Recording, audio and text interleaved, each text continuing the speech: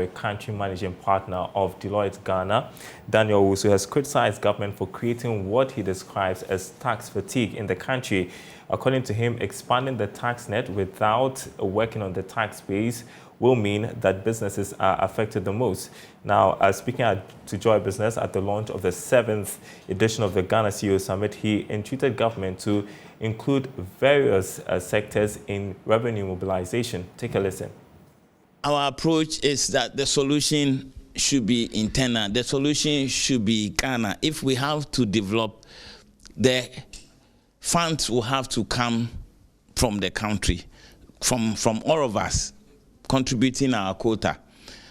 So when I refer to tax fatigue, what I mean is that the same people going to them day after by increasing, and I gave the example that the effective tax rate is now, the tax rate is increased to about 35%. It used to be about 30, now it's about 35%.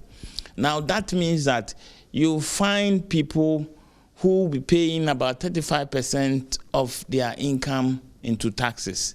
Yes, that is what, but if you compare with just across the country, even in Nigeria, the effective tax rate is about 20%. But what they are doing is trying to broaden the tax net.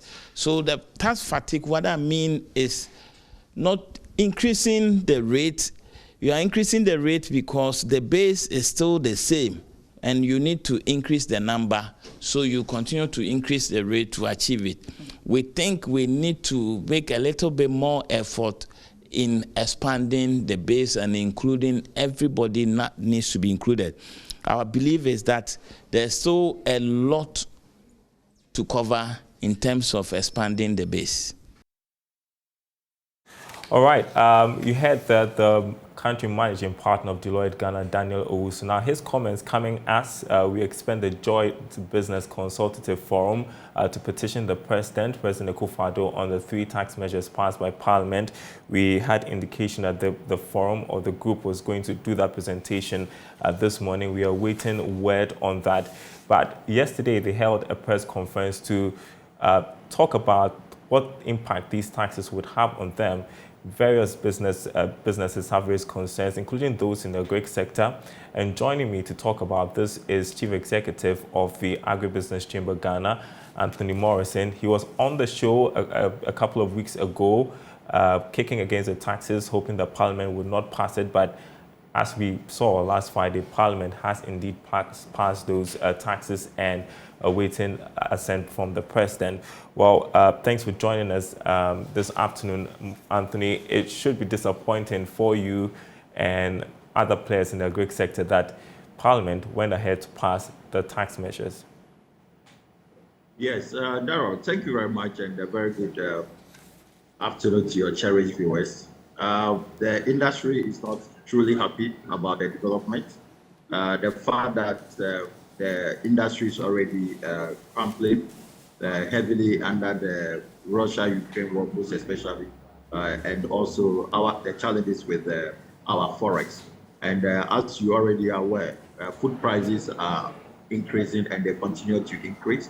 And currently we are having a lot of challenges, and we don't think that the current challenges, especially with regards to the increase in taxes, you already know that water and electricity have already been increased by 2.5%, and across the board, this is going to affect production, especially we're talking about irrigation and other derivatives. So for us, at the agriculture sector, especially where agro-processing uses a lot of water and electricity, and having to also come under a new total import levy, which is also affecting importation of critical agricultural inputs like vaccines, feed additives, agrochemicals, fertilizers.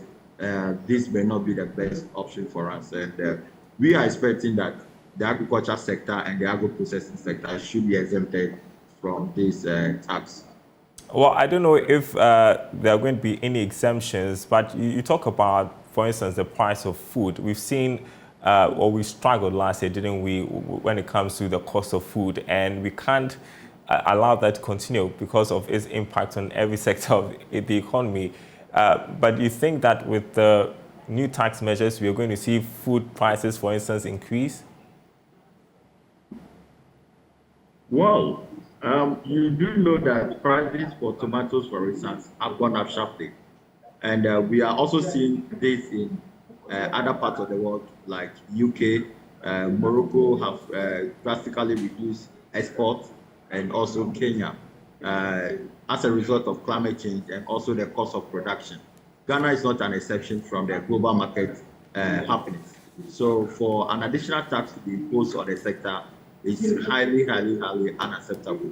For instance, there is a need for us to increase our current food production and to be able to achieve the food security index. We were downgraded the last time, and I think that it wouldn't also augur well, especially when we are trying to encourage a lot of youth to go into agriculture, and we are going to impose a lot more taxes on input and output.